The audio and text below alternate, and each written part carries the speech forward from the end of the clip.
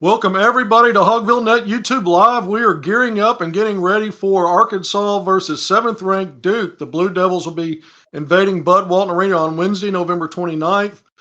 For those of you who always ask about programming for that, 8:15 p.m. Central Time, tip-off around that time. It's the first ever, and that's on ESPN. It's the first ever ACC SEC challenge. It's a big deal for Arkansas to get this kind of a marquee matchup in non-conference play. In fact, these programs have had a lot of stakes on the line in past years when they met. Only 4 meetings.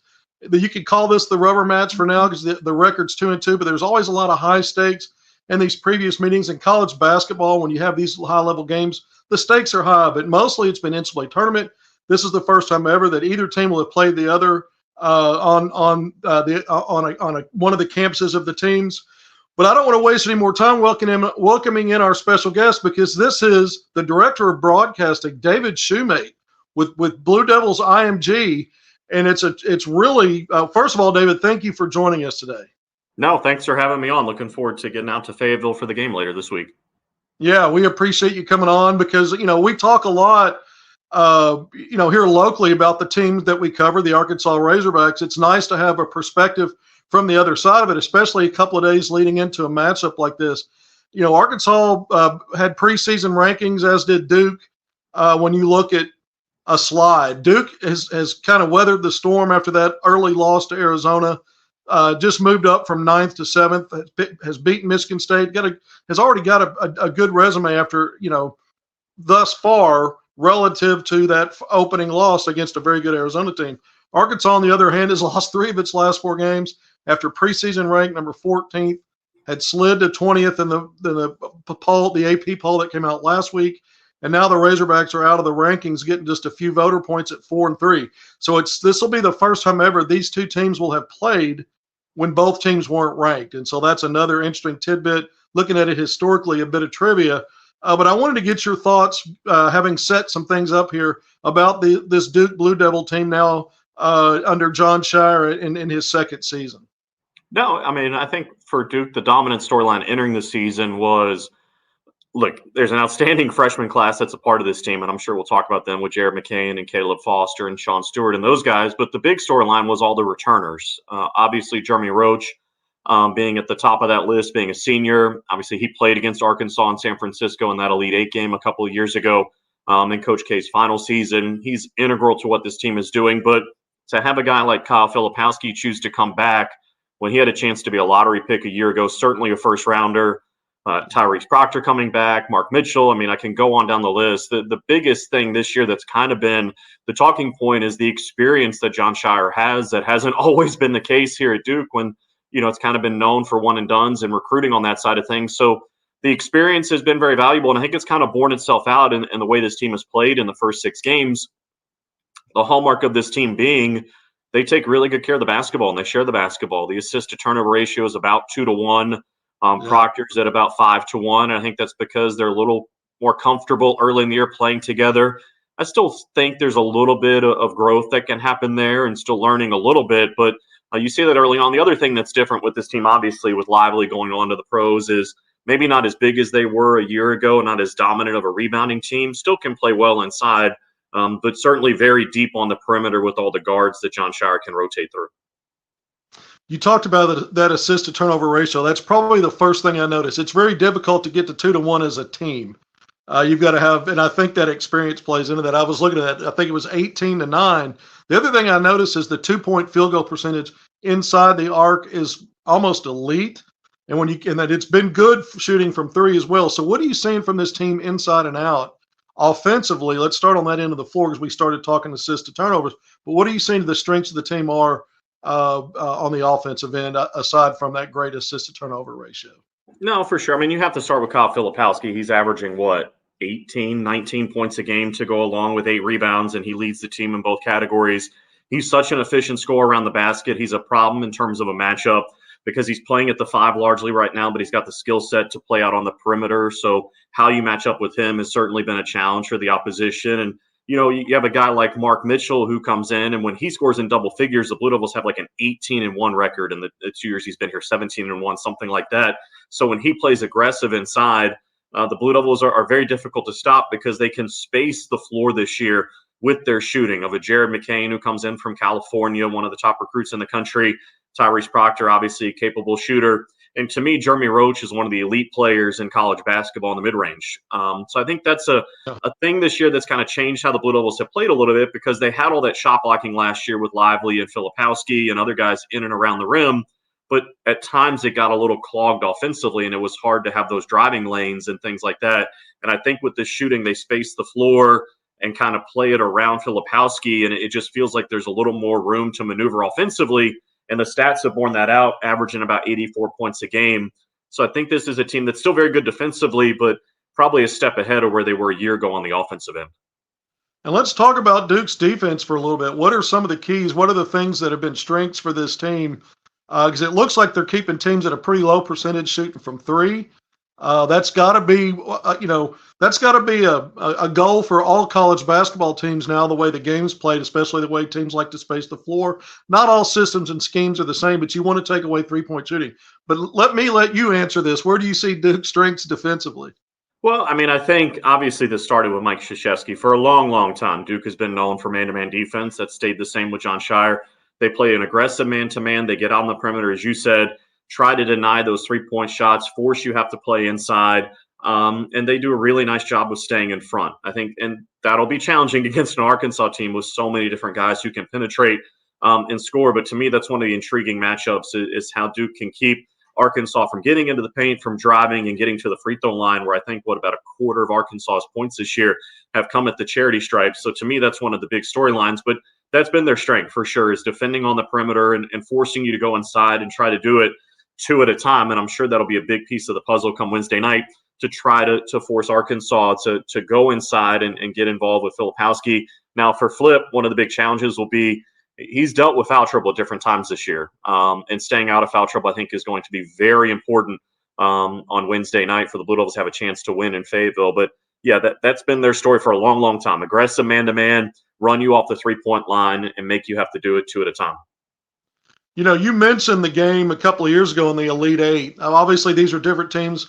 There are some returning players. You mentioned Roach for Duke. Arkansas's got Devontae Devo Davis in his fourth season in the program. What do you recall about that game? Because I don't know if you've noticed, I've strategically placed my camera with the Arkansas 94 National Championship banner behind me, the mini version of it, Arkansas Duke back in the 93-94 season. By the way, let's just get that score out there. 76-72, Arkansas Razorbacks won the Natty. They're one and only. That was the first of back-to-back appearances in the national title game. But what do you remember? Because I talked about stakes, an NCAA tournament with these teams. Elite Eights is about as high stakes as you can get, but the highest you can get to determine a regional winner and get to the Final Four. What do you remember about that game? Because I'm sure you were there covering it. Yeah, I was there courtside calling it, and I think one of the things that certainly stood out was the way the Blue Devils were able to defend, but also the shooting of A.J. Griffin. I think he was kind of the backbreaker in that game, hitting spot-up threes. I know Trevor Keels hit a huge three right before halftime that really gave the Blue Devils some breathing room. But in the second half, it was Griffin that kind of went wild from three. And I think that's, this team has some similar characteristics. Jared McCain kind of gives you that feel of A.J. Griffin. Yeah. Foster can shoot as well, kind of tied one of the records. I think he was the 17th freshman in the game against Michigan State to shoot over, 80% from three, having made 5 in a single game. So they've got the guys that can space the floor and shoot like that. And I think you have to be able to do that against an Arkansas team that is so athletic, that is so skilled, that it's going to be difficult to do a lot of driving by guys and stuff like that. You're going to have to hit some shots. And I think that was one thing I certainly remember about that game. And also the fact that, the Blue Devils were poised that night and were able to build out to a lead and kind of maintain their distance in the second half.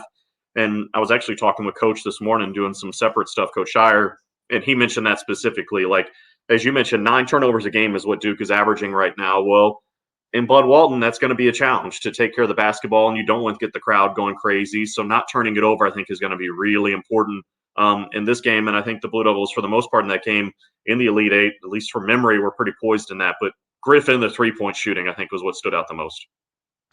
Just as an observer of college basketball, Arkansas, you're busy covering Duke, but Arkansas typically with back-to-back-to-back Sweet 16s, a couple of Elite Eights in there. We talked about Arkansas Duke in one of those. Arkansas has usually hit a mid-season swoon where they drop a pocket of games and have a slump, and it's usually around the start of league play when then they kind of Musselman has to make some tweaks. It's come earlier than ever. Arkansas entered the season with 22 wins and only one loss in the previous 4 years under Musselman. They've already got 3 November losses and staring down the barrel of a really good Duke team coming into Bud Walton Arena on Wednesday. What are your observations of any of Arkansas' start? I mean, have you had a chance to really research it yet and look at some things? Have you had a chance during Feast Week with your busy schedule to even look at Arkansas in game action? Hello, hoops and football was getting ready for last week, but it was, I mean, Mark is special. I mean, to watch what he did, scoring 34 in the game against Carolina, and glad to see it seems like there's nothing serious that came from that injury. I don't know what his status is for the game, but what you see is a very talented team, a very gifted team. What is it, like 10 of the 16 on the roster were playing somewhere else last year, whether that be in high school or transfers or graduate transfers. So I think you certainly see the skill and the experience of all these different guys. And to me, I know you said there are a little bit of struggles here and there, but it feels like a ticking time bomb, a team that's going to explode on somebody. From a Duke perspective, you hope it's not Wednesday night, that they're going to go off and go crazy, because you see the experience, you see the athleticism. And, Coach said this morning, thinking Arkansas is probably one of the more complete teams in the country. And that, to me, is what stands out, is all the different guys that they can go to, and with all the different graduate transfers to pull a lever to make something work. I think Arkansas, to your point about the Sweet 16s, Elite Eights, is going to be right there at the end of the year, because the experience and the depth of this team is what stands out to me. All right, David, I've got, this is really just kind of remembering or trying to remember back. Duke plays a national schedule in non-conference. They play a very tough schedule, and they're that blue blood brand that's expected. But it seems to me under Coach K, there was a lot of non-conference games at neutral sites in those kinds of matchups, not maybe as many true road games. I could be wrong about that. How comfortable is Duke in non-conference play in true road games? How often do you see that happen? And is it something that you think plays a factor in this? I think anytime you go on the road, it can, especially with the kind of crowd Arkansas can put in there, nearly 20,000. But is Duke kind of built for those atmospheres, or have they been really mostly a neutral site non-conference team? Yeah, no, I mean, I think it's certainly been something that's been discussed. I think with Mike Krzyzewski, early in his career, played a lot of those road games. And then, as time wore on and trying to get prepared, they're fortunate to playing so many NCAA tournaments and key matchups. Yeah. Neutral site games became appealing because that's what you're going to see in the postseason. So played in a lot of those holiday tournaments. Obviously, he's played at Madison Square Garden a bunch. But, obviously every year they played in the ACC Big Ten Challenge, and half of those were on the road. And Duke had a 20-4 record in the 24 years of that event, which was by far the best record in the event. So I don't think it's a huge concern, because obviously in ACC play, you're getting kind of crazy atmospheres everywhere you go. Bud Walton probably is going to be at a different level than maybe some of the things that the Blue Devils have seen. But I do think in some respects it helps to have so many returners this year with the sophomores I mentioned and Jeremy Roach, that it's not the first time they're going to see an atmosphere like that. But for sure, I mean, that's going to be a challenge. And how does this team rally around each other? Because, it goes hand in hand. Anyone associated with the Duke program knows that when you go on the road, there's a lot of people that are against you. And how does it bring the team together? But I think that's something that these guys are used to and prepared for, not to take away from the challenge that'll be on Wednesday night. But I've heard the stories about Mike Krzyzewski not playing too many non-conference road games. I think John Shires do a little more of it, like the Blue Devils are going to Arizona next year. But it's a concern, but I don't know if it's any more of a concern than any other team would be going on the road. I think when I think you answered my question. You had me at 20-4 in the Big Ten ACC Challenge. I think it tells me all I need to know how the good Duke has been, because you have to play half of those on the road, and so they're getting some road wins there. I want to flip around just a little bit because I don't know. I want to kind of go through the history. When Arkansas and Duke played, when Nolan Richardson, the Hall of Fame coach with the Razorbacks, Arkansas met Duke in the 89-90 Final Four in Denver, and Duke would beat Arkansas in that, advance to the finals, and basically get destroyed by a UNLV team that beat them by 30 in the title game. A year later, in 90-91, Arkansas played Duke in the preseason NIT. Arkansas was ranked second in the country. I think Duke was fifth or sixth. Arkansas won that game by 10 points. Duke would go on to win the national title later on that year. beating UNLV in the national semifinals, the Final Four, to get their revenge and then eventually get to the title game. But another time where these teams met obviously was in the national title game. We talked about 93, 94. Then the game you covered a few years ago. A game like this early in the season, it's a great matchup. You love to see this for the first ever ACC-SEC challenge, but it doesn't quite have the luster maybe of some of those other games, especially given that Arkansas is out of the rankings. I mentioned never before have these teams played each other when both teams weren't ranked. Is there any chance that this Duke team is not really taking this Arkansas team as seriously maybe as the previous matchups because of the high stakes when they were played? Is there any chance that anything like that slips into this? I don't think so, just because I think that this is a team, obviously, with the returners that came back with a specific purpose of what they wanted to do in the NCAA tournament. And I also think, too, you've been around this for a long time. I've been around it for a little bit. What this matchup will look like, I think, will actually be more determinative when we get to late March or early March, I guess, say we get towards Selection Sunday. Because let's say the season pans out and Arkansas comes on like I think they will, and the Blue Devils have the season they will. Well, when you look back, let's say these two teams are in the top 10. When we get to March and get ready for the NCAA tournament, people are going to look back and say who won that game. They won't say at the time, oh, Duke was ranked this and Arkansas was not ranked or what have you. They'll say who won that game early in the season. No one goes back and looks at the specific circumstances. They just say, oh, that was an either huge win for Arkansas at home or a big win for the Blue Devils to get on the road. So I think they realize the stakes and something that John Shire has done for a very long time, along with Mike Krzyzewski. I'd imagine Coach Musselman does the same thing. I get chastised if I bring up rankings. Like I don't talk about rankings. They know what Arkansas is. They know what the talent is on this team. So I think they're taking this game very seriously because they know what an opportunity it's going to be, because this is going to be a quad one win if the Blue Devils can get it on the road. There's no question. I think they know that in terms of what they want to do for the NCAA tournament. So I think there's full focus on this one. Yeah, I think college fans are more savvy to be able to look beyond rankings. Human polls, they understand the importance of those quad values. When you start counting them up and adding them up, when the net rankings come out, you feel like for certain for Arkansas, this ends up being a quad one win if they can get it. It's going to be a quad one result either way. So I think you're right about that. I just wanted to ask that question because, right now Arkansas is kind of licking some wounds, and you just wonder, do they have the full attention of their opponent sometimes? Because so far they have. But that number beside the names disappeared for now, and we don't have net rankings yet. Okay, so, just kind of, I want to circle a little bit back to some of the maybe tangible or intangible things we haven't talked about with Duke. What else? You've talked about the experience. You've talked about guys returning.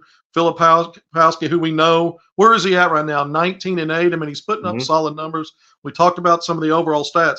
Is there anything intangible-wise or maybe other tangibles about this team that we haven't gotten into that Arkansas fans might want to pay attention to? Well, I think in some respects it's a little bit, maybe not quite as much depth as Arkansas, but in some respects kind of a mirror image in that John Shire can really throw a bunch of different looks at you. He's got Ryan Young, who's in his second year as a graduate transfer that came up from Northwestern.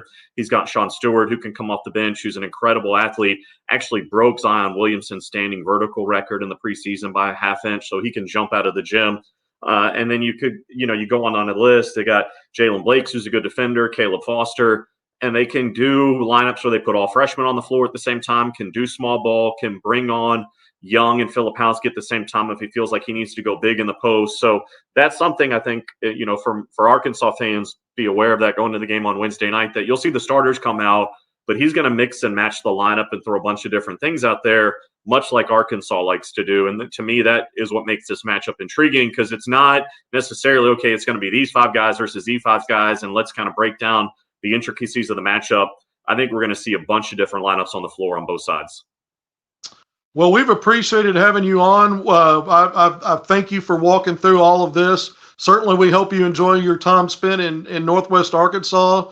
I know you've got a job to do, and you're looking for one outcome. Arkansas fans hope it's a different outcome, but we appreciate your time and spending with us today, looking ahead at this matchup, because it could be one of the better matchups potentially this week coming out of Feast Week in college basketball. No, I appreciate it. Thanks for having me on. All right, David. Thank you. It's HogvilleNET YouTube Live. We've just gone inside the Duke Blue Devils with David Shumate, Director of Broadcasting. We thank him again for joining us today as we look ahead to Arkansas versus number 7 Duke in the first ever ACC SEC Challenge, Bud Walton Arena in Fayetteville. Tip is going to be around 8:15 p.m. Central Time. The game will be televised nationally on ESPN. And once again, we'll have more with pregame, postgame HogvilleNET YouTube Live analysis on Wednesday. Until then, see you then.